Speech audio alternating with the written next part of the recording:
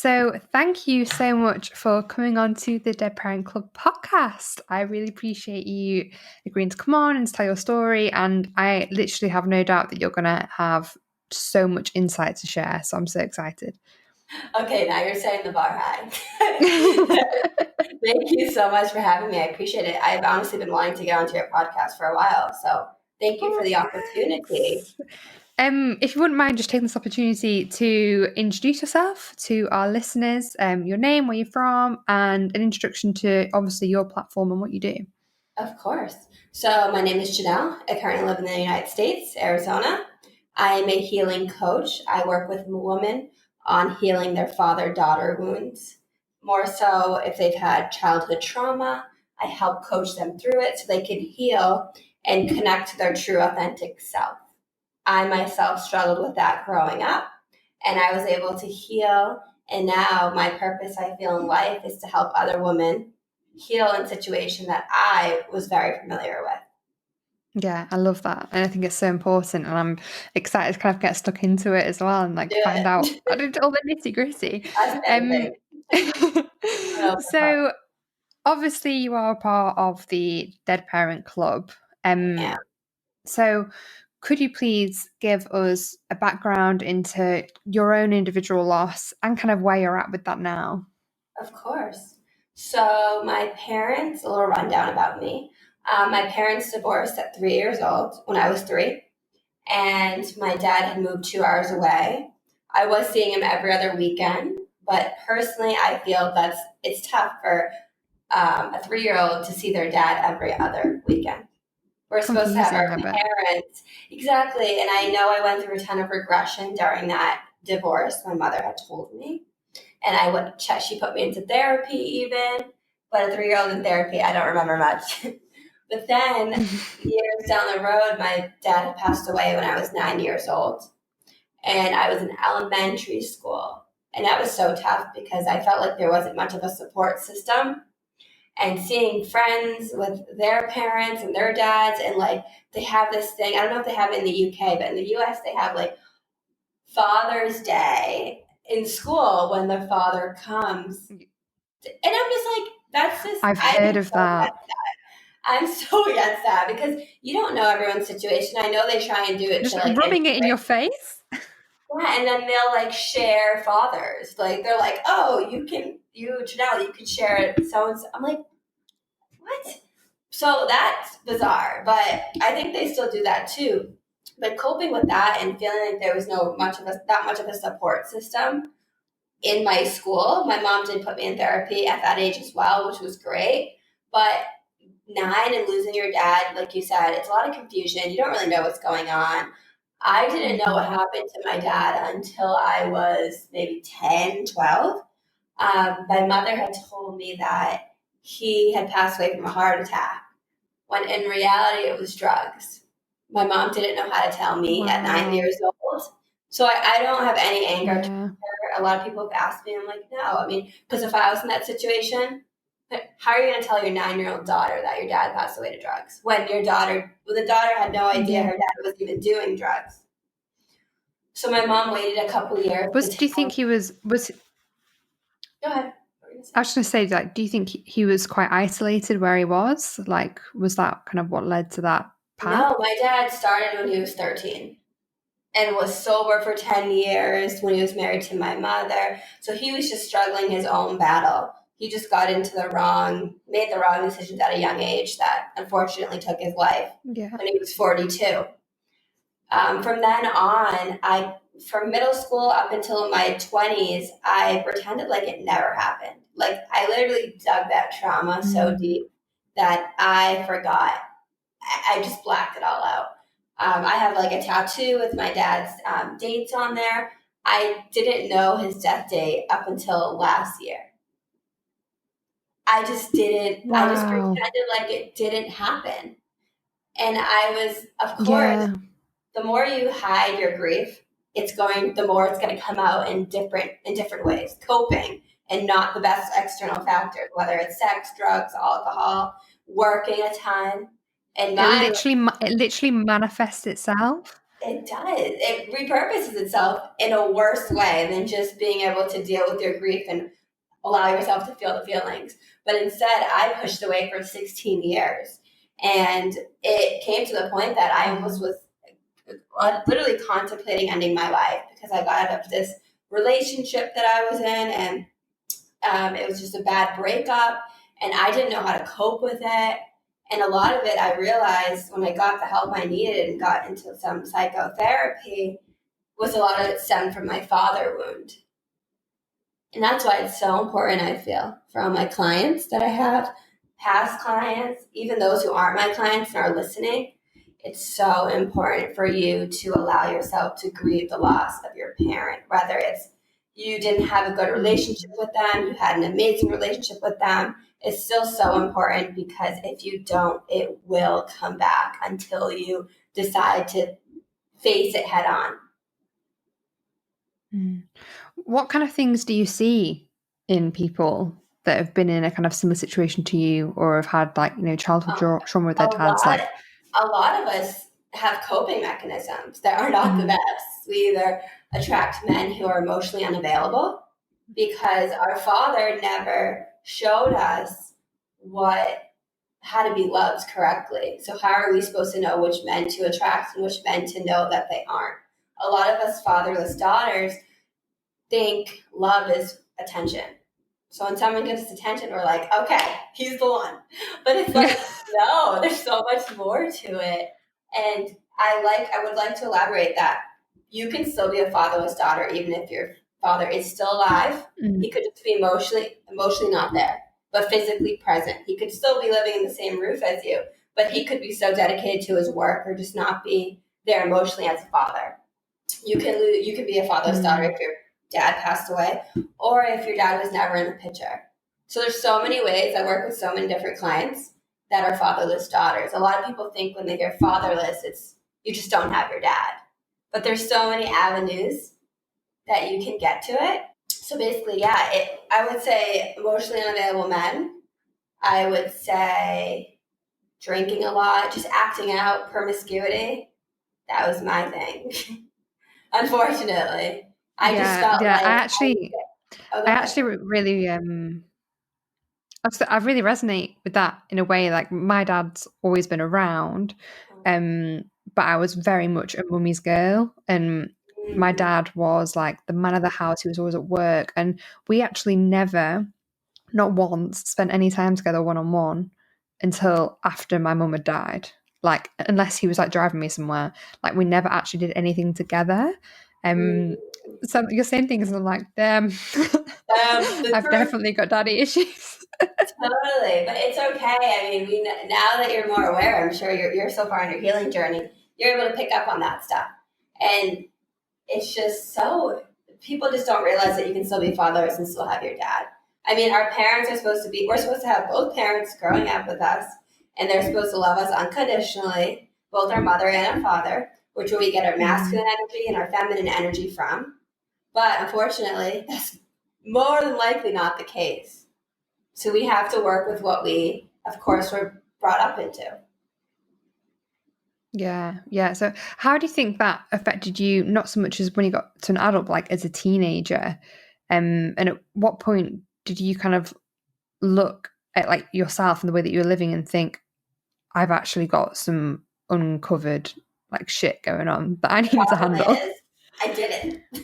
Not until I was in my 20s. I was just like, why doesn't anyone want to fully commit to me? It's like, you can hook up with me, but you can't commit to me. What's the problem? But I didn't realize it's like I had no self-respect and self-worth for myself. So why would they want to commit to me? And a lot of the times, I will say, when you're a fatherless daughter and you don't know what to look for, you attract men who are also hurt and wounded by their parents. Like one of my most recent ex-boyfriend, he has, I'm not going to get into his story, of course, for confidentiality, but he has his own childhood trauma and abandonment. And I have my abandonment from my father. Our brains can't tell the difference when our dad passes away versus when we're abandoned. Our mind cannot tell the difference. So we feel that exact feeling.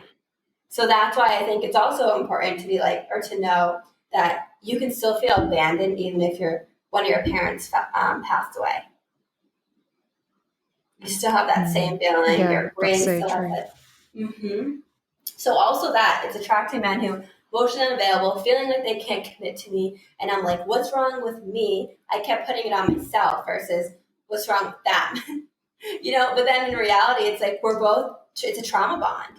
We're both hurt and we're both wounded. Yeah. They're afraid to get too close. I'm like, sure, I want to get close. But in reality, if I was able to get close, I probably would have left because I'm not used to that intimacy. I never had the intimacy with my dad like that. Yeah. You know what I mean? Your daddy's girl. I only got that for 9 years and I don't remember much of it. Yeah, I completely get that. It's like, at what point was it then in your 20s, like, where you literally did go, like, I need to uncover this. I need to sort this out because I'm going down like a bad path, or it's really affecting my life in like a negative way. So my mid-20s, me and my ex broke out. Actually, he broke out with me, to be completely honest. The And worst. it is. And that was the worst time of my life. I literally contemplated suicide, never did anything, but it was just, I was at such a low rock bottom point. And it's crazy because in my career, I was doing amazing. I was in real estate. And that's Wow. one thing I learned, that you can be skyrocketing in your business, making a ton of money, but inside you can be dying. And that's how I felt. I had to put on a smile every time I walked into a showing or an open house and act like I was completely fine, but going home to by myself and just feeling like I don't even want to be here. Wow. So it's so crazy. I mean, we as humans, we have to cope with a lot of things. Not only if our parent passed away and dealing with grief, we also have to make sure we keep it going for our bills and everything else. That's what was keeping me here. I feel. Yeah, my bills, and I knew if I ever did something, I wouldn't be hurting just myself. I would be hurting so many other people. It would be affected by it. So my therapist at the time, I recommended me to go somewhere, and I just kept pushing it off. And it was just like a rehab retreat place in Arizona. And I was like, you know what? Me and my ex broke up, and I was like, I'm going. I booked my ticket, not even thinking. As soon as me and my ex broke up, I'm like, I need to get out of here and I need to get help because I don't know why I keep attracting these unavailable men who just end up breaking my heart in the end. But I saw all the red flags in the beginning. But I'm over here thinking they're white. I'm like, red flag? No, I think it's white. But then in the end, I'm the one with the broken heart, shattered heart. So that's when I got the help. But I really think my relationship really cracked me open, which I am grateful for now. It took me a while to actually forgive him and just allow. But if it wasn't for that, I wouldn't be here coaching other women, helping them heal their father wound to prevent them from getting to such a dark place that I was at. So what were the tools then that you kind of incorporated into your life after you had that kind of big realization? What kind of path did you go down to kind of heal? Okay, I did a complete 180. I will say that. I got more into my meditation. I did a lot of self-care every day, whether it's a bath or getting myself a piece of candy at the store. I always do something for myself every day because we're all we have. And we have to put ourselves first before we can even care for others. And also, it's a lot of inner child work, which is a lot of what I do with my clients. A lot of inner child healing because we have a hurt little girl or hurt little boy in us that wasn't given what we were supposed to be given from our parents, whether it was a mother or a father. And between 0 and 7, that's where our brain is we're programmed. Our patterns are programmed subconsciously. So we just bring everything we learned through 0 to 7 into our adult lives and we repeat it. That's why I feel sometimes you'll have a breakdown and you're like, what the hell? I'm acting so young. But it's your inner child.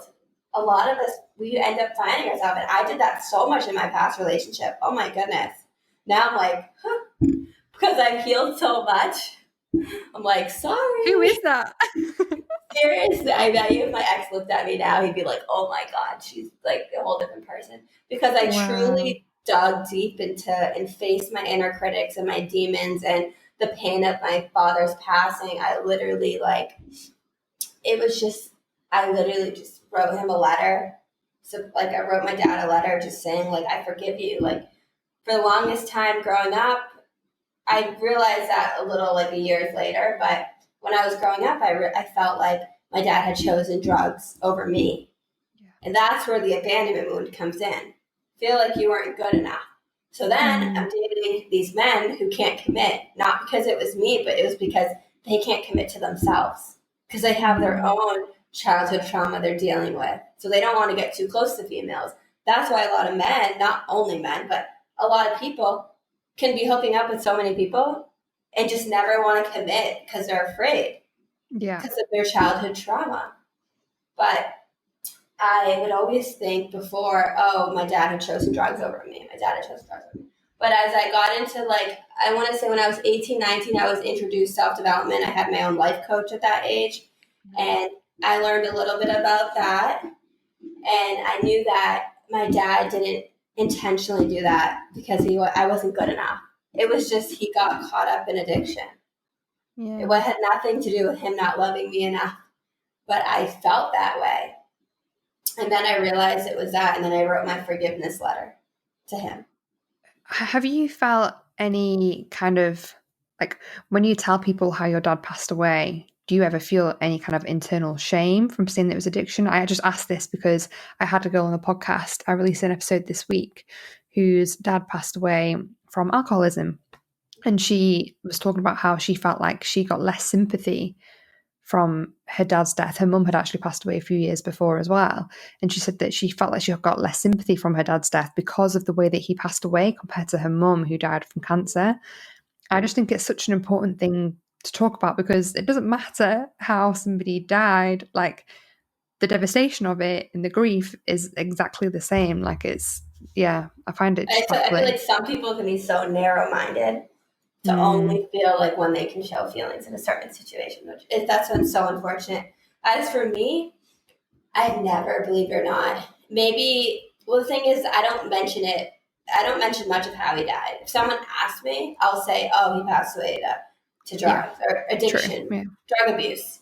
But for example, when I'm posting and creating content for my clients on Instagram and Facebook and TikTok, I just mentioned like being a fatherless daughter, but do have people who reach out to me, like I did last week, and say, "Hey, don't mind, like if you don't mind, how did your dad pass away?" And I said, "Oh, my dad passed away of drug abuse when I was 9 years old." And they're like, "Oh my god, I'm so sorry, I had no idea." So a lot of people, it's like you Mm. really don't know how someone lost their parent.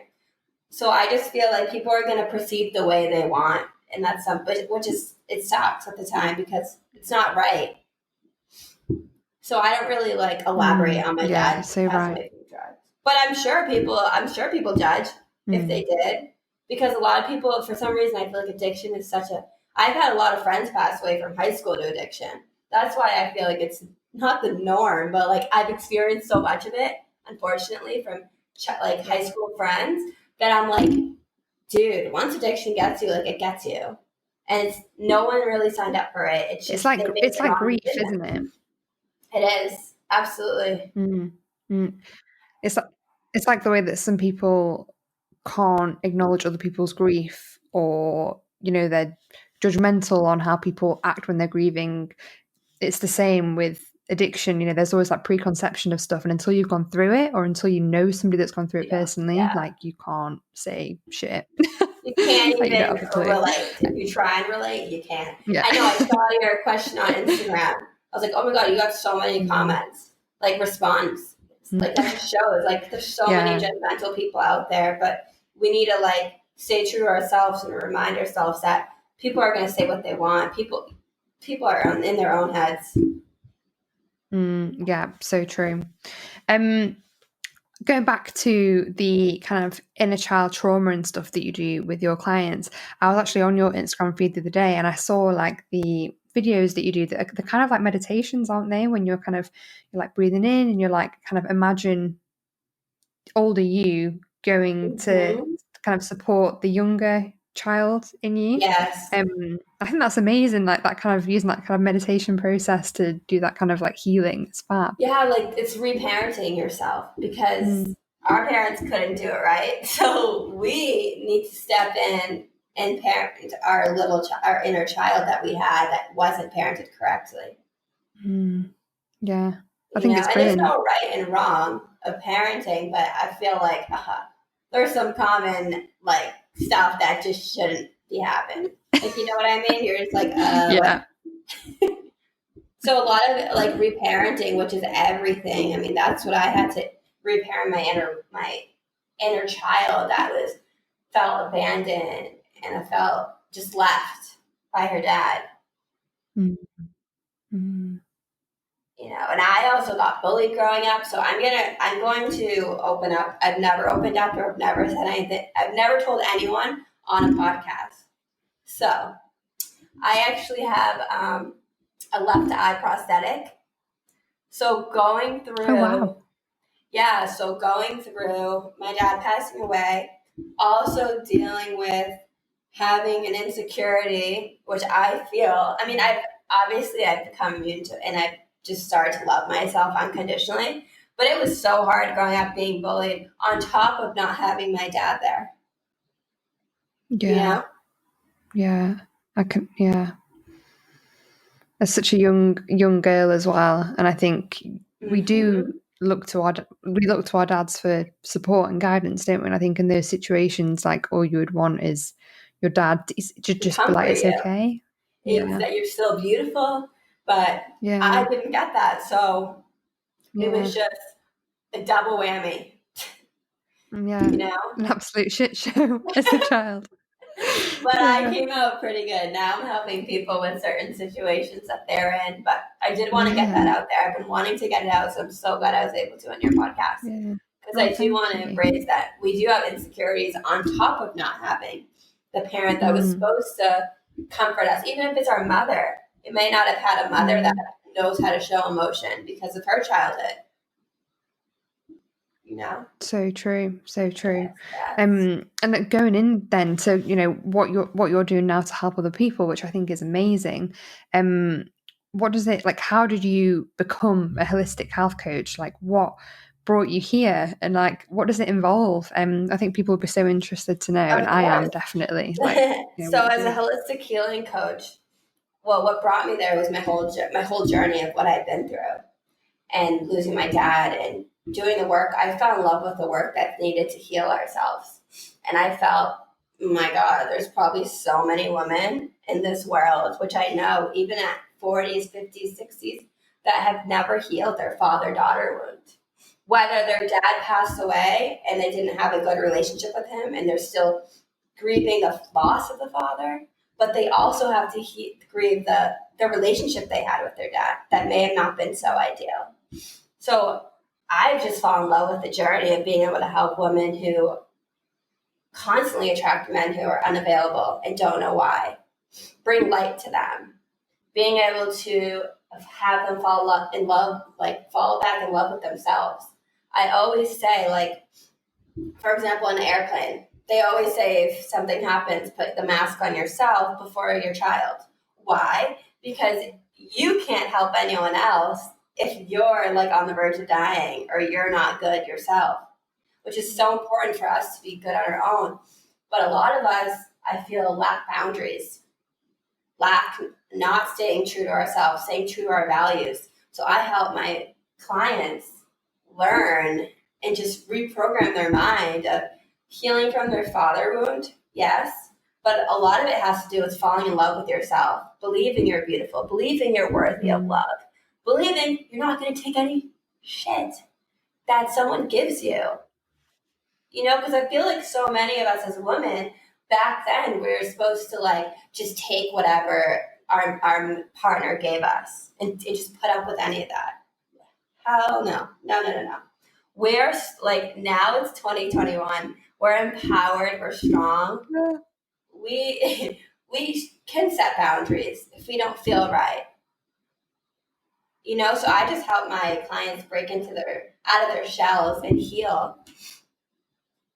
Yeah, I think that's amazing. And I think, like we were talking about before we started recording, this year has literally just been a prime opportunity for all of us to just look inwards.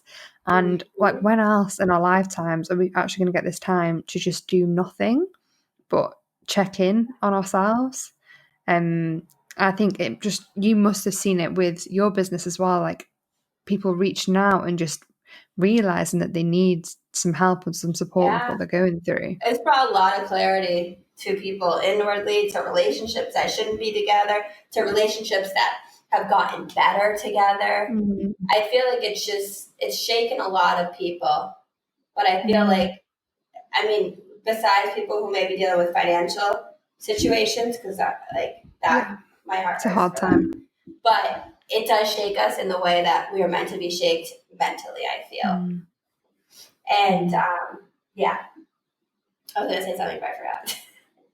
It's all right. So, do you find from what you're doing now with and helping other people, do you find that everything that you've been through now and the change that you've had in yourself, like, has it impacted your like relationships with the family that you have around you and your friends and stuff? Like, do you find yourself talking about your grief and your experience a lot more than you did? Oh, absolutely. Mm. I have my like best friends now because I just moved cross country, but I have like my best friends who literally will send me like images or memes about like healing and childhood trauma. So they're all like supportive of it. Even though some of them may not be on that journey as me, they're still open and supportive of it. And I have an amazing partner, Mm. which it's been so hard, I will not lie. Just because I'm so used to being in relationships where I have to be the one fighting for love. And now I'm with someone who's so healthy and just loves me unconditionally and is just so affectionate. And I'm just so not used Oh, to that.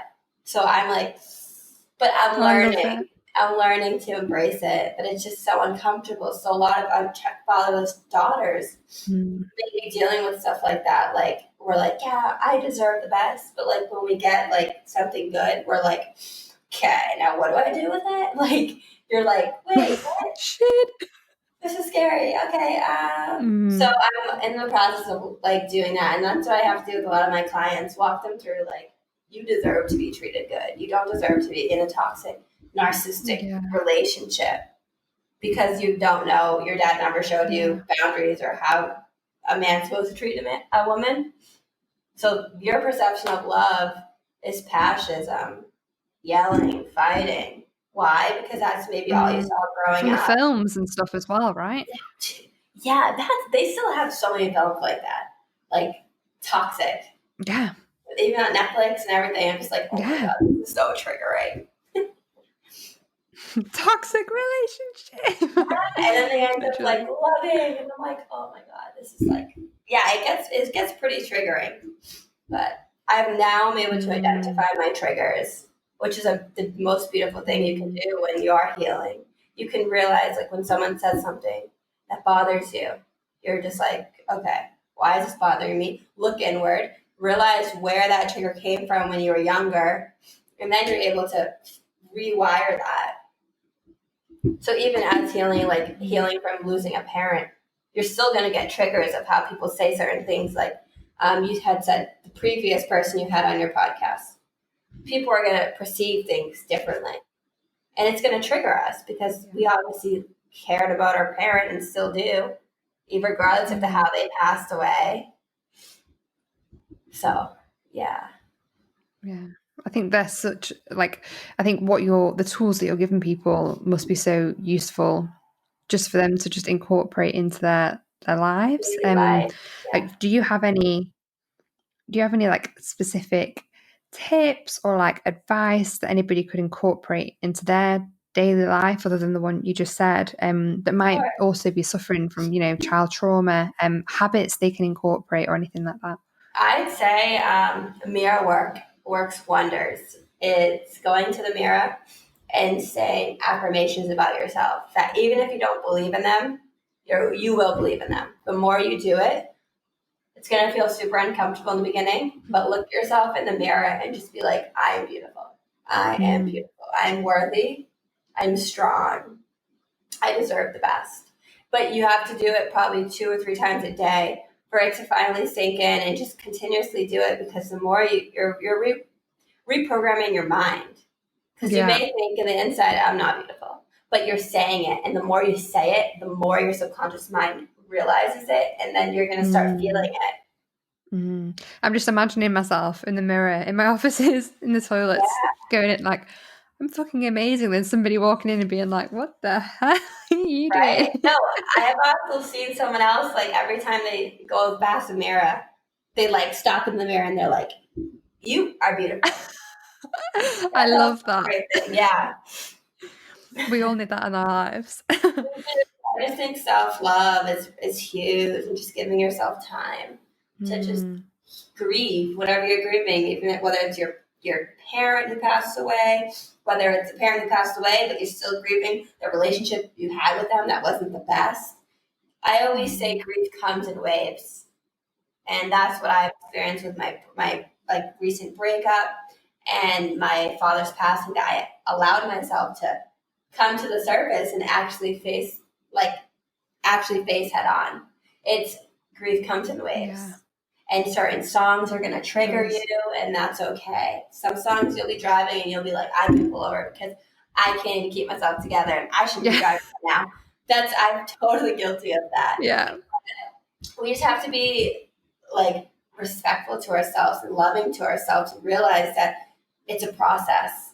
And some days you can have an amazing week or 2 weeks, and one day you'll be like back feeling like you're back at zero. But that's okay. That's grief, because I've done that. I feel like it I just think it's be. sharing that knowledge as well. It's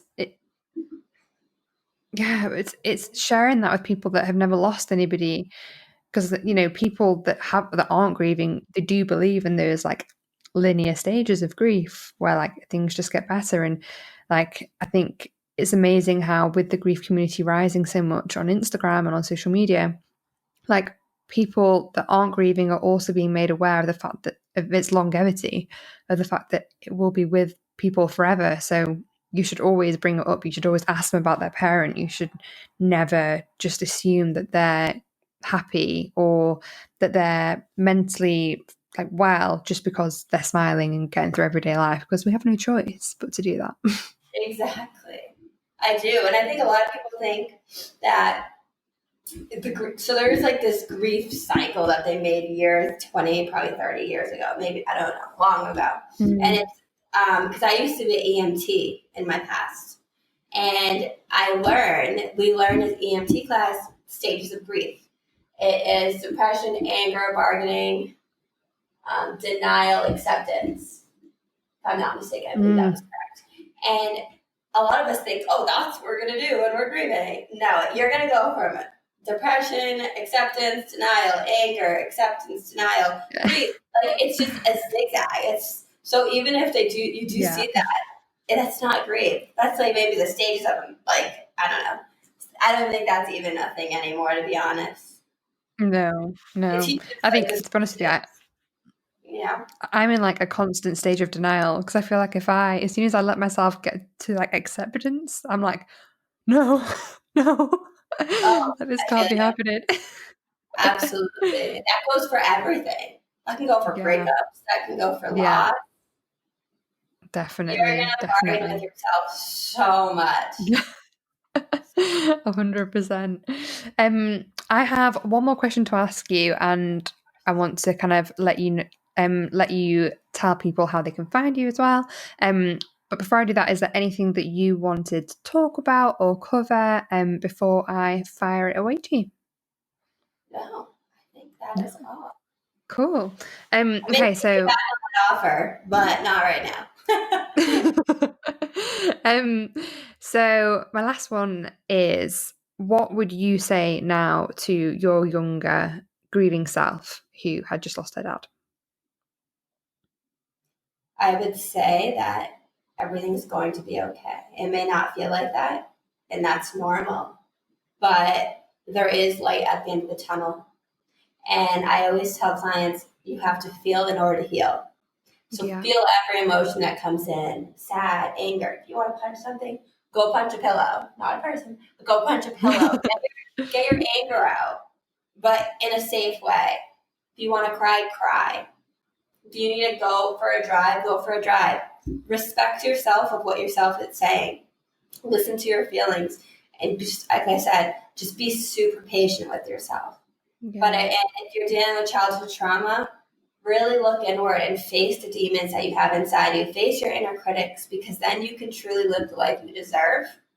And as for those who are just grieving, even if they had a great relationship with their parent, like I said, it takes time, but there is light at the end of the tunnel. Yeah. Yeah. I'm just There speaking, is. I'm a walking testimonial.